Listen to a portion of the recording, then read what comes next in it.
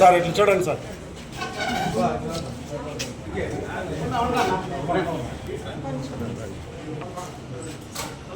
Sir ఓడి start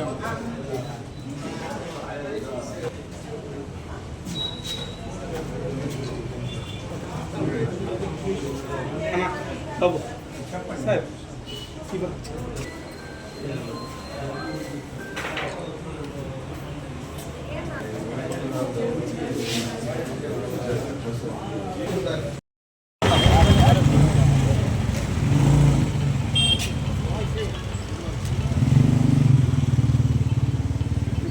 అరే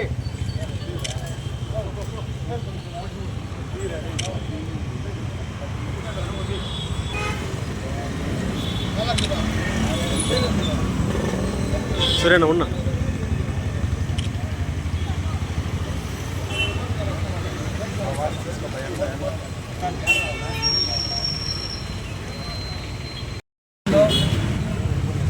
ఈరోజు కూటమి ప్రభుత్వం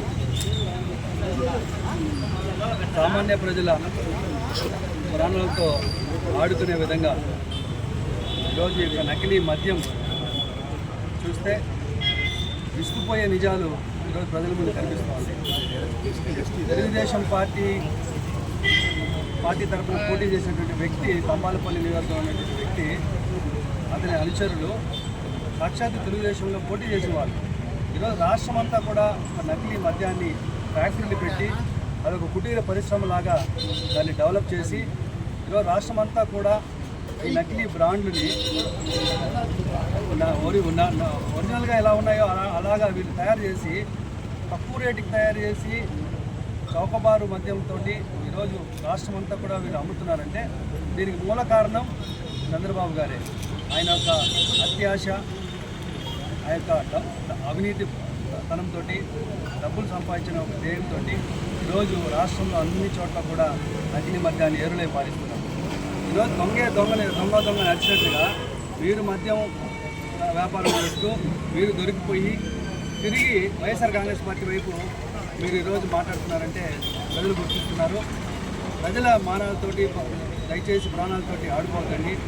వారు మీకు ఓట్లేసింది ఏదో మీ యొక్క 40 సంవత్సరాల ఇండస్ట్రీ మీరు మంచి చేస్తారని చెప్పి చంద్రబాబుని గెలిపిస్తే ఈరోజు చంద్రబాబు ఏమంటే రాష్ట్రాన్ని అప్పులు పాలు చేసి వాళ్ళ కార్యకర్తలకి వాళ్ళ నాయకులకి సంపాదించి దోచుకునే రీతిలో ఇటువంటి అవినీతి కార్యక్రమాలు చేస్తున్నారు.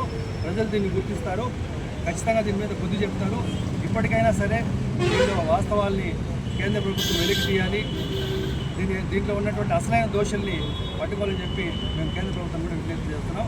దీనికి మా యొక్క నాయకుడు జగన్మోహన్ రెడ్డి గారి యొక్క ఆదేశాల మేరకు ఈరోజు చిత్తూరులో ఉన్నటువంటి ఎక్సైజ్ దీని మీద మేము రిప్రజెంట్ జరిగింది. దీని మీద ఉన్నటువంటి అసలు నిజాలు, కుటుంబాలన్నీ కూడా బయట తీయాలని చెప్పి మేము కోరుతున్నాం. ఈరోజు కూటమి ప్రభుత్వం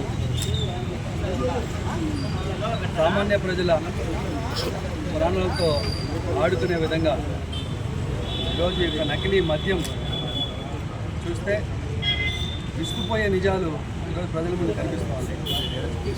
తెలుగుదేశం పార్టీ తరఫున పోటీ చేసినటువంటి వ్యక్తి తంబాలపల్లి నియోజకవర్గం అనేటువంటి వ్యక్తి అతని అనుచరులు సాక్షాత్ తెలుగుదేశంలో పోటీ చేసిన వాళ్ళు ఈరోజు రాష్ట్రమంతా కూడా నకిలీ మద్యాన్ని ఫ్యాక్టరీలు పెట్టి అదొక కుటీర పరిశ్రమలాగా దాన్ని డెవలప్ చేసి ఈరోజు రాష్ట్రమంతా కూడా ఈ నకిలీ బ్రాండ్లని ఒరిజినల్గా ఎలా ఉన్నాయో అలాగా వీళ్ళు తయారు చేసి తక్కువ రేటుకి తయారు చేసి చౌకబారు మద్యంతో ఈరోజు